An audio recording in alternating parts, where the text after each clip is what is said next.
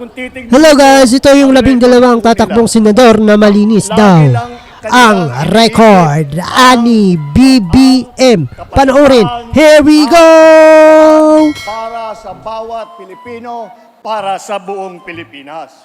Usay po, at bukod pa ron, napakamabuti na tao lahat ng aming kandidato. Galing, ay nako, talaga naman, nakakagulat at nakakatuwa na makita na meron tayong mga nagsisirbisyo sa publiko na ganito ang pagmamahal sa taong bayan. Ang titibay nitong mga ito. Tapos muling mag-viral ang mugshot ni Senator Ramon Bong Revilla Jr. kapag mayaman ang nagnakaw. All of us are sinners. All we have to do is pray for world peace. Kapag mahirap ang nagnakaw, para may makain, dapat inuubos na yan sila ni Duterte o sila ni Duterte saad ng isang netizen. Reha, baka masayawan ka na naman ang budot. Pagkaraniwang tao, kapag may kaso, yan pa ang say ng mga netizen, kulong ka. At pag nakalaya ka, hindi ka na makakakuha ng matinong trabaho o kahit NBI, hindi ka na makakakuha. Pero pag mayaman ka at napatunayan na guilty ka, makakalaya pa rin at makakalaban bilang isang senador. Titibay nitong mga ito. Kinasuhan ng Bureau of Internal Revenue Region 12 si Sarangani Representative Manny Pacquiao. Nabigo rin daw si Pacquiao na humarap sa kanila noong Pebrero kahit ipinasumpina na. Nilinaw naman ng BIR Region 12 na maliban kay Pacquiao ay may 13 kaso pa ang isinampa nila sa korte. Ang titibay nitong mga ito. Boxing champ at dating Senador Manny Pacquiao may warrant of arrest din tulad ng kay Neri Naig, Manny damay sa kasong syndicated estafa. Titibay nitong mga ito. Morning mga kasambahayan, dito tayo ngayon sa Department of Justice at nandito po si former DILG Secretary Benhur Abalos Jr. At ang pagpunta po niya dito ay inaasahan po natin siya ay makakain ng kanyang counter affidavit. Kaugnay po yan sa kasong o reklamong isinampa ni dating Pangulong Rodrigo Duterte. Senate President Tito Soto asks news site Inquirer.net to take down articles tagging him in the controversial rape case of sexy actress Pepsi Paloma in 1982. In a letter dated May 29, 2018, Soto wrote to Inquirer President Paulo Prieto asking them to remove the articles The Rape of Pepsi Paloma. Soto also asked the Inquirer to take down a March 2016 news article on his denial that he used his political affiliation to influence the court decision on the rape case. Pagnanakaw sa Senado. The piece was about the 1 billion peso allocation for contraceptives removed from the national budget. Rappler did not take down this piece. Titibay nitong mga ito. Umpisa pa lang ng gabi, halata na ang pagkailang ng magkapatid na Binays gaya noong sinabi ni Abby na naninindigan siya sa malinis na pamamahala, walang ghost employees at korupsyon. At nang sinabi naman ni Junjun na dapat panagutin ang mga city official na protektor umano ng drug trade sa Makati. Ang titibay nitong mga ito. Tindi ng emosyon, hindi na napigilan ng magkapatid na Binay na magkasagutan sa altar mismo ng San Ildefonso Parish. Kaya't para hindi na lumala, naghiwalay muna sila ng upuan. Nang hawakan ang mikropono, hindi na rin nakapagtimpi ang nakababatang Binay. Pinandidilatan po ako ng kapatid ko. Bakit niyo gagawin? Sinasabi niya, nagsasabi daw ako ng kasinungalingan. Wala akong ginawa sa'yo. Nandito tayo sa harap ng simbahan. Paano lumalabas ang tunay na ugali? Dito sa Pio, anong sinabi? Isang boto ka lang. Titibay nitong mga ito. Reklamo ng 11 labor groups, isang youth organization at isang private individual laban kay MMDA Chairman Francis Tolentino ang buena manong tinanggap ng Office of the Ombudsman kaninang umaga. Giit nila nilabag ni Tolentino ang Code of Conduct and Ethics at Magna Carta of Women sa pagdadala ng The Playgirls bilang surprise gift sa Laguna. Hindi umano kinakitaan ang magandang ehemplo si Tolentino bilang public official na balak pang tumakbo sa Senado. Ang titibay nitong mga ito. Kaninang umaga nag-public apology si Tolentino sa nangyari sa Laguna. Naging kamalian ko at tinatanggap ko ang hindi pagpigil doon sa naging performance ng mga mananayaw dahil ako ang pinakamataas na opisyal ng pamahalaan sa naturang lugar. Kinahapunan, nag-resign siya bilang MMDA chairman. Ang titibay nitong mga ito, Binaligtad ng Korte Suprema ang desisyon ng Sandigan Bayan na magbasura sa kasong graft ni Senador Lito Lapid kaugnay ng fertilizer fund scam. Taong 2015 ang kasuhan ng graft si Lapid dahil sa 728 million pesos na fertilizer scam na ipinupukol sa nooy gobernador ng Pampanga at ang titibay nitong mga ito. Wanted na rin maging sa ibang bansa si Senador Panfilo Lacson. Ito'y matapos ilagay si Lacson sa red notice list ng Interpol. Pinapabawi naman ng mga abogado ni Lacson ang warrant of arrest laban sa kanya. Exclusive nagpapatrol, Man Makapagal.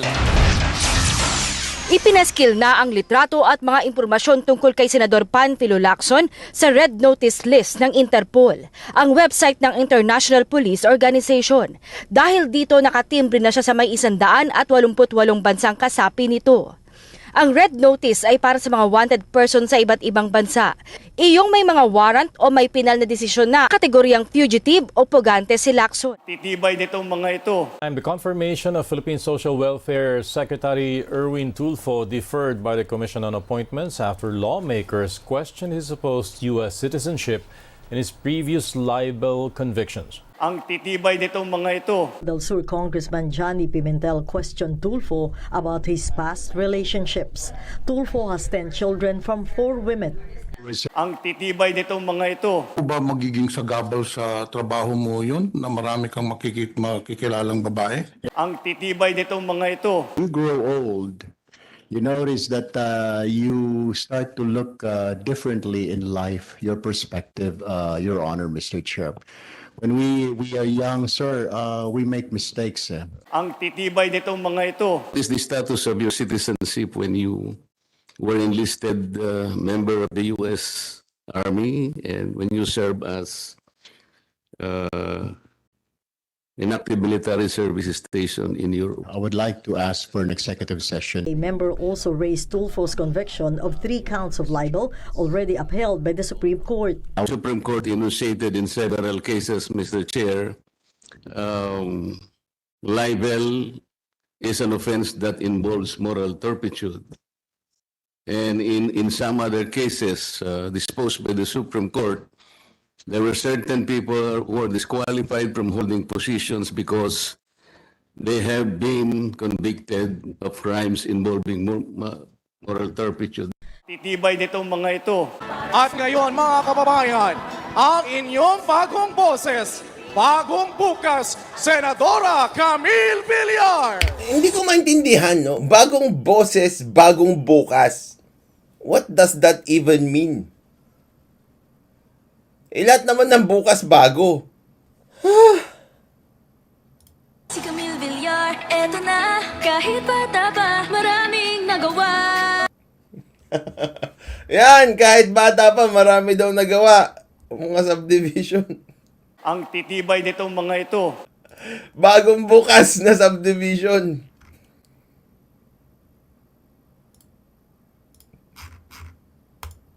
Sa mahirap, Magandang gabi po sa inyong lahat. Ako po si Camille Villar at tuwang-tuwa po ako at nagpapasalamat po ako ng lubos sa inyong mainit na pagtanggap dito po sa Ilocos Norte. Bilang isa pong ina, ang titibay nitong mga ito. May nanay na kami. Ano, magiging nanay ka sa mga walang nanay? Tignan natin, baka enumeration na naman dito ng mga problema natin, ha? Ilang bilyar na ba? Si Manny, si Mark, si Cynthia, tapos siya. So, magiging ano na sila? Apat na yung paikot-ikot na bilyar sa atin na aligid-aligid. Ang titibay nitong mga ito. ang pangarap ng pamilyang Pilipino. Ito enumeration na naman ng problema natin, mga kabatas natin. Trapo moves, no?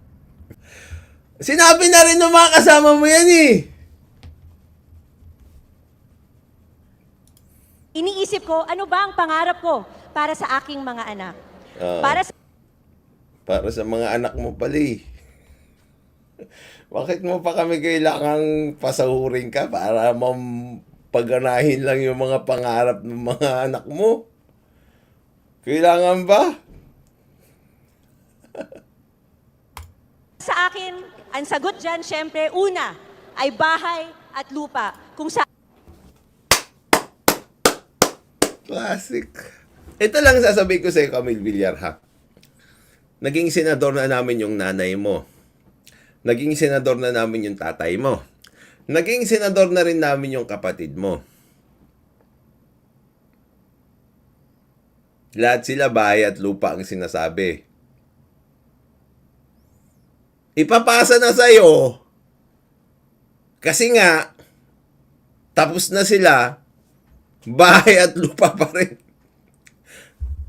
Ito pa, unang-una. Sino ba nagpayaman sa inyo? Yung mga magulang mo, di ba? Yung mga magulang mo na mayaman, ikaw naman, minana mo na lang yan di ba? Yung mga magulang mo na mayaman, yung si Manny Villar na naligo sa sa dagat ng basura, na nagpayaman sa inyo, for sure, siya yung pinakamagaling sa inyo. Siya yung may pinaka-kapasidad. Wala siyang nagawa. Ikaw pa kaya? Ang titibay nitong mga ito. Paano mo sasagutin yun? Ulit ko, noong 2015, ako ang una at kaisa-isang gobernador na nagdeklara ng suporta para kay Presidente Duterte. At kahit ako ang nag-iisang matitira, maninindigan ako para sa kanya. Ang titibay nitong mga ito. Sa naging remark ni Duterte na patayin yung 15 senador para makapasok yung mga candidates ng PDP laban, parang sineryoso ng iba, sabi nyo dapat yun baliwalain dahil kahit nga yung bomb jokes, diba, nirereklamo sila naman ng Bob Dibiro tungkol doon. So dapat bang seryoso yan o baliwalain yung sinabi ng Baka sila balakid. Alam mo yun, balakid. Di ka love. Ako kasi hindi natatakot kasi ako love. Lovely naman. Ha? Lovely. Oo. Balakid siguro sila kaya kinakabahan. Sanay na rin tayo sa Davao Trash Talk, di ba?